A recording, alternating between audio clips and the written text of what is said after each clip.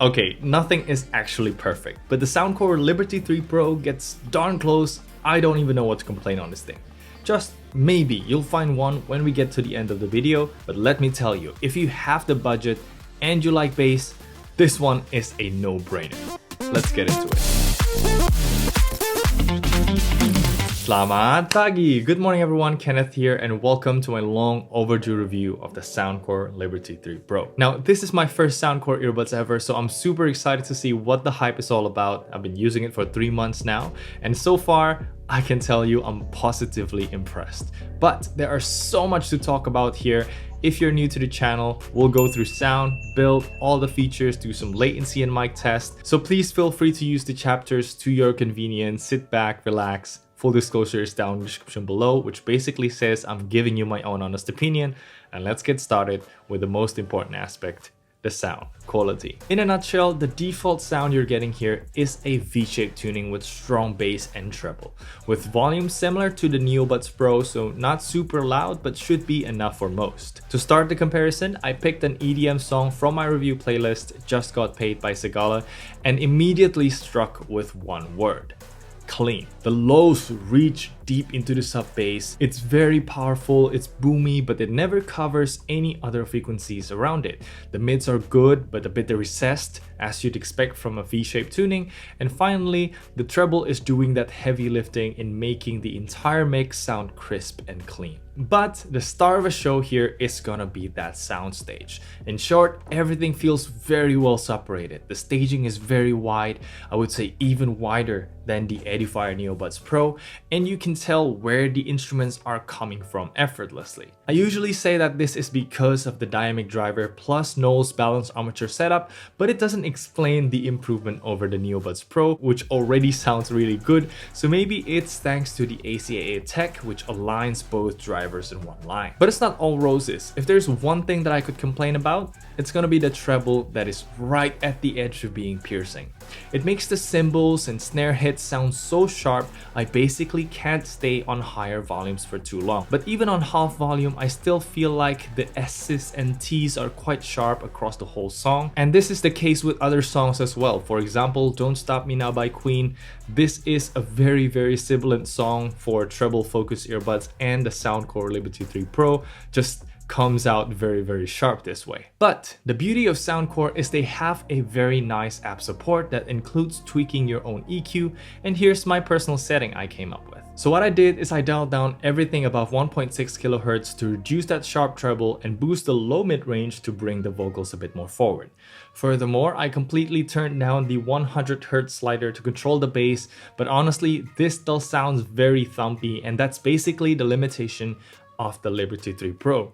It only goes from bassy at -6 to suffocating at +6. So yeah, we'll talk about this EQ later. For now, let's go through some more options that we have here. One is if you found an EQ preset that suits your liking, you can customize it based on that. For example, I start from the flat EQ, then bring the bass all the way down, or else it would be anything but flat. And this will control the bass somewhat, but retain the clear trebles similar to the default EQ, just not as tiring anymore.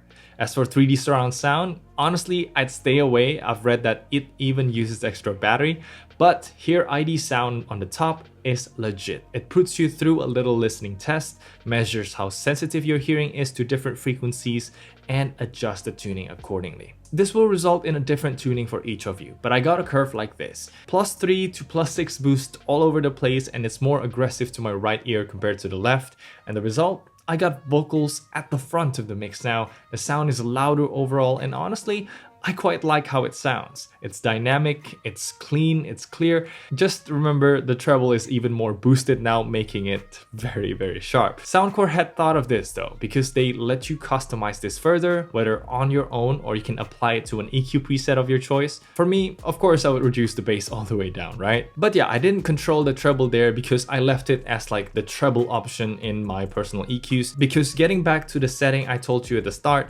this already sounds pretty warm, and I'm going to make the comparison here because this is something that you could replicate. So I'm gonna skip right to the hardest song in my playlist, Burglar by Yorushika, which is a J-rock song filled with plenty of slap bass, distorted guitar, fast hitting drum, as well as very prominent vocals, and the Liberty 3 Pro passes with flying colors here. Everything is presented very well. The definition is well maintained despite being V-shaped, and I think it's clear to say that the soundstage is wider than the Sony XM4s. Not necessarily better though, as it's a different approach where Sony focuses more on the mid, so you'll hear guitar and vocals more instead of bass and treble, so it's a matter of preference here. But the main show here is in the chorus. If you haven't listened to this song yet, go ahead and try the chorus once, use your earbud, and you can see all the instruments come together. Things start to get real crazy and complicated, and I can feel that the Liberty 3 Pro starts to show some congestion here, and this part is where the Sony XM4s pulls ahead, always focusing on the vocals first with slightly better separated instruments. But with that said, in my opinion, both perform wonderfully here. It is one of the best when it comes to the true wireless world, and it's amazing how I regard these two as on par despite having a $100 price difference. Now, with that amount of money, you can get the excellent Edifier Neobuds Pro, just the whole thing without discount. But despite having similar bassy tuning, you get what you paid for here. The Liberty 3 Pro pulls ahead significantly when it comes to sound staging, but not only everything is well spaced, it resolves more detail as well, which makes for a more enjoyable listening experience. So to wrap the sound quality part, I gotta say the Liberty 3 Pro is the best bass heavy sound I've reviewed to date. And I'm saying this with my custom EQ, which means you can boost the bass to +6 and have a literally breathtaking experience. But it is a bassy earbuds through and through, so if you want more versatility, if you want something other than bass, that's where the Sony shines, and it may be worth the extra depending on your needs. Okay, if you found the video useful so far, please help me out by hitting the thumbs up, subscribe if you want to see more great earbuds but still friendly to your pocket, and yeah, let's move on because we still have a lot to talk about. So right on to the next most impressive thing, the build quality. From the moment you open the box, you'll feel like this is something special. You got a quick tutorial to get a good fit.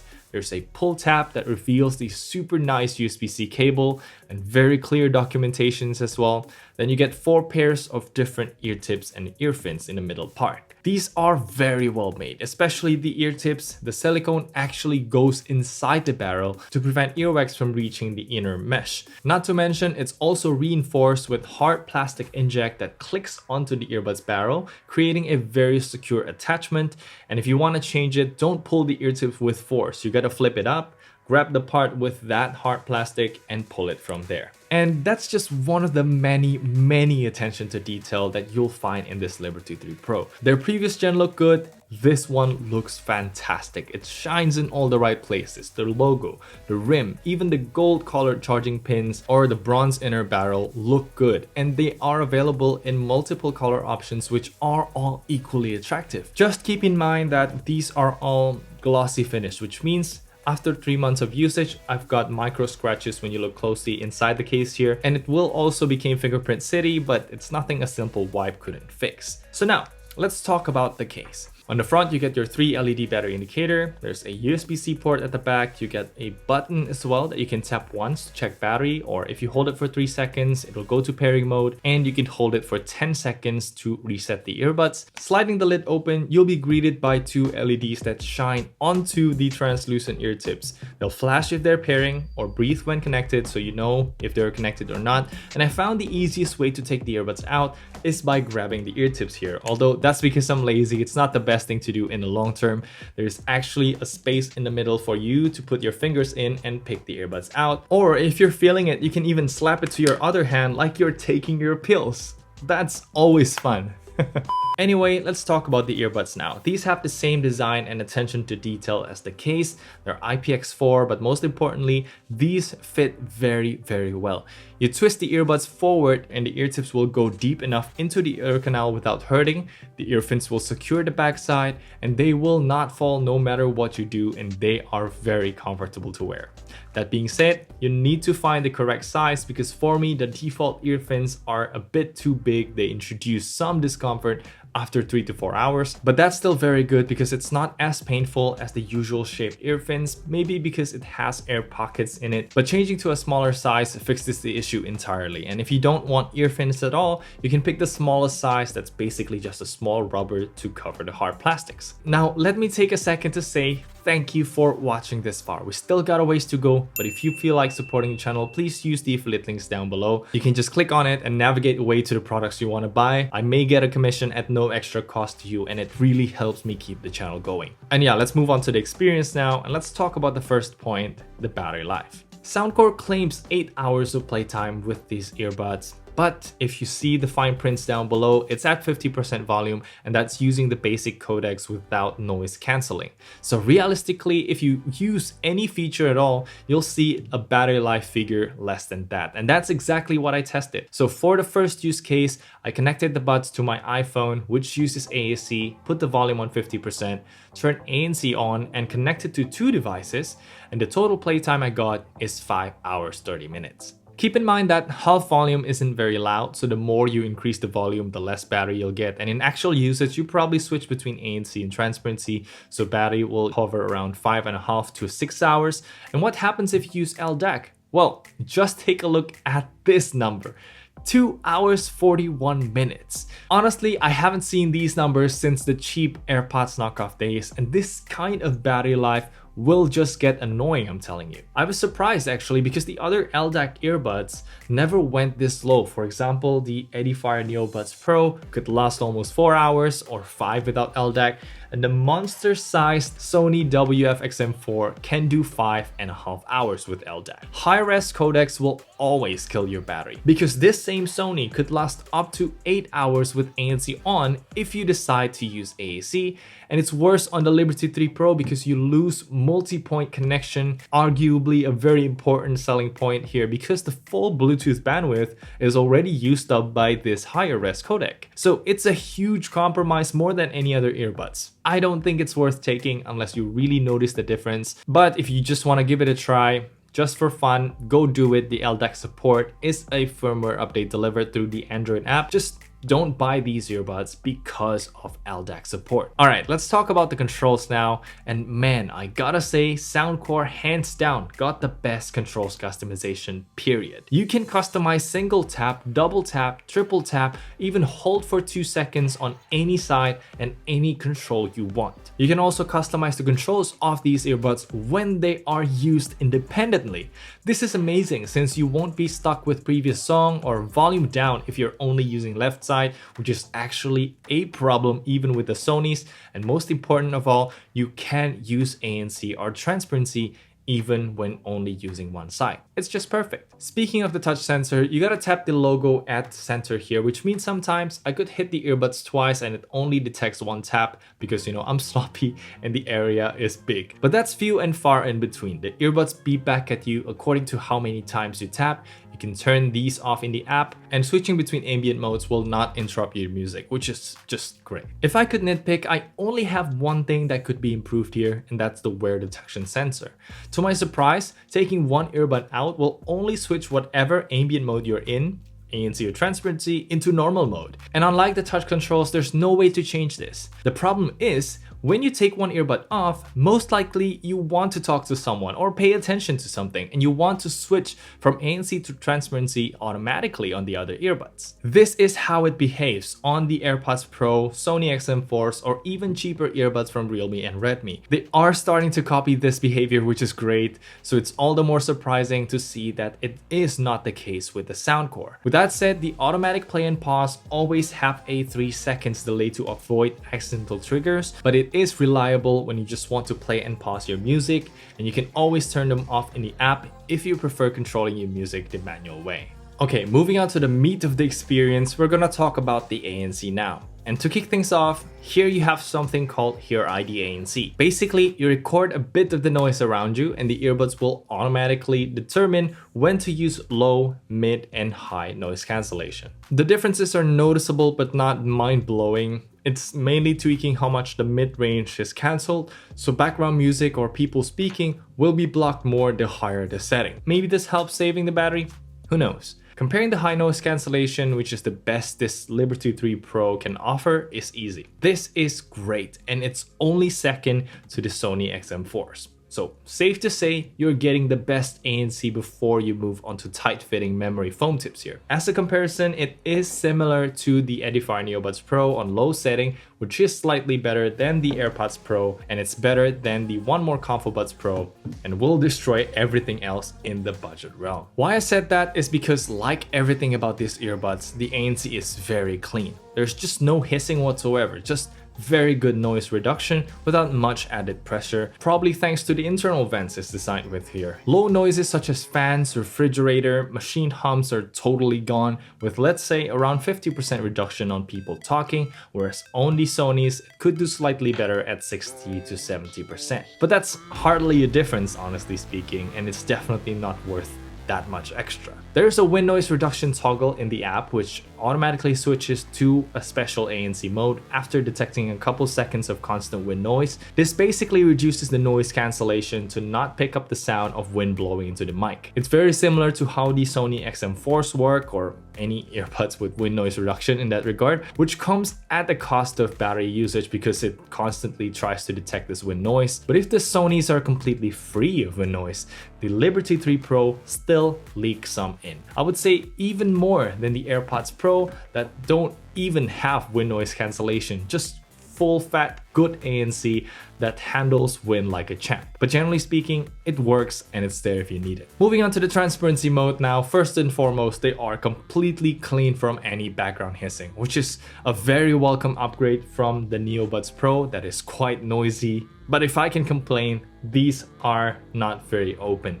The enhanced voice mode in the app increases the amount of upper frequency pass-through somewhat, but generally it still can't compete with the likes of One More Comfort Buds Pro, which is only second to the AirPods Pro, the king of transparency here. I would say it's even slightly below the max ambient mode on the Sony XM4s here. And also, because the microphone is located on the same surface as the touch sensor here, sometimes you might accidentally touch it or rub it to a pillow or clothes, and it will produce a loud screeching noise, which is not ideal at all. Finally, the last bit of the experience is talking about app and connectivity. And I've talked a lot about the app features. What you have to know is you don't have to create an account to use it. But in case you do, you can sync your custom EQs across devices, so that's good. And Soundcore does a good job in delivering constant updates, and generally it's a great app support. I would dare say one of the best out there. Now for connectivity, let's talk more about multi-point here.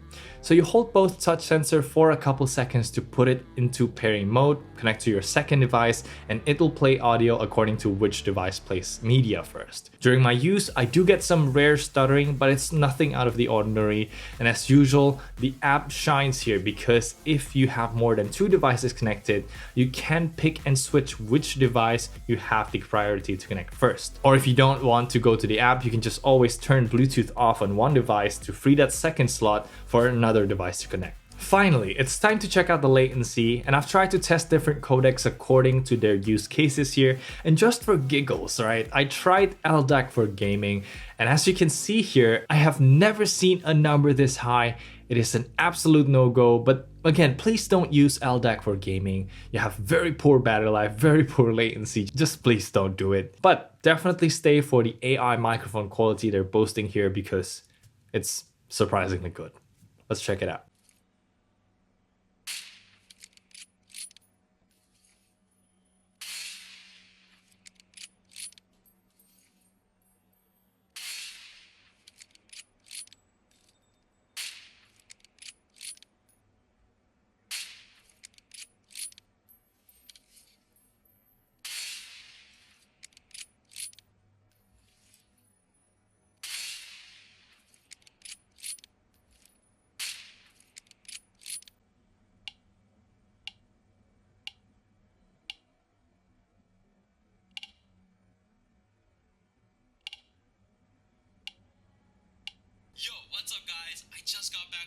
this and finally picked up my iPhone SE from the UPS store.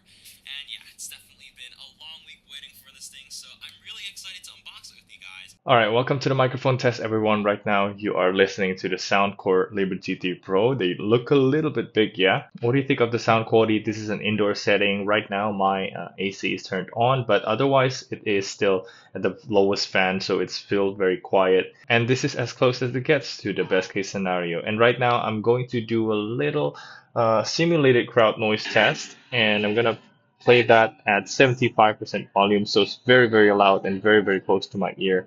What do you think of the sound quality? Does it cancel that noise very well? Let me know down in the comments below, and let's go outside and we'll see how it handles the outdoor noise. All right, so here we are now outside with the Soundcore Liberty 3 Pro, and what do you think of the sound quality? So at the moment, we are, as you can see, a lot of motorcycles and cars passing through. So these should be quite noisy and should be quite realistic of what you'll be getting when you are out and about. And also, by the way, can you see the wind blowing right here? So we're going to do a little wind test right here. So I'm going to face this way and you'll see if you can still hear my voice. Okay, so that's pretty much it for the test. Let's compare it quickly to the AirPods Pro, which is the benchmark of the test. Let's switch. Okay, so here we are now on the AirPods Pro, and what do you think of the sound quality? And we are talking with the exact same situation as before. Let's do the wind test one more time. And can you hear my voice? That's 1, 2, 3. That's 1, 2, 3. Okay, so that's pretty much it for the microphone test for today. Let's go back upstairs and we'll finish the video.